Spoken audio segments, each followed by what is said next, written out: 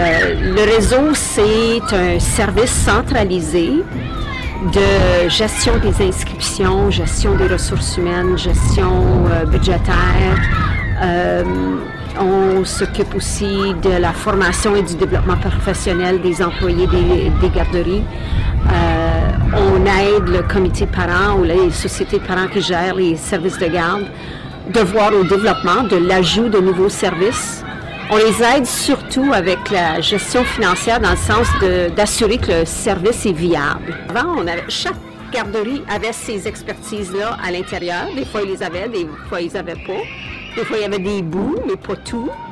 Alors, à la FPFA, on a une équipe de 7 personnes qui ont des expertises, qui sont capables de répéter des pratiques gagnantes dans une garderie avec un autre et un autre.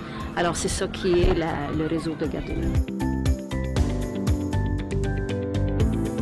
L'objectif de la Fédération des parents, c'est vraiment l'intervention précoce.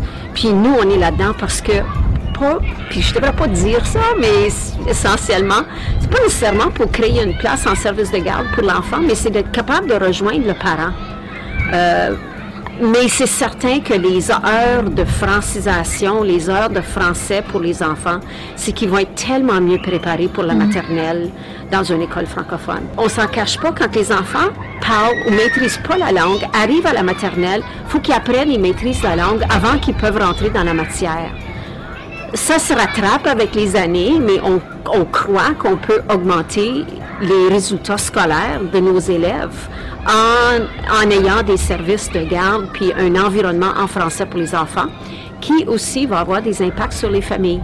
Alors, on espère que ça va avoir des résultats positifs sur la francisation des familles aussi, autant que la francisation des enfants. La FPFA fait des choses, des avancées dans les services de garde, mais on est aussi dans les médias sociaux. Le plus qu'on affiche, qu'on cherche des travailleurs en service de garde, le plus qu'on a de parents qui inscrivent leurs enfants sur nos listes d'attente. Le plus qu'on a de parents qui inscrivent leurs enfants sur les listes d'attente, le plus qu'on a de travailleurs qui se présentent, qui veulent travailler dans le domaine. C'est comme on parle d'une chose, ça crée, ça génère de l'intérêt dans ce domaine-là. Il y a des services de garde qui ont maintenu les services, qui étaient en péril de fermer leurs portes.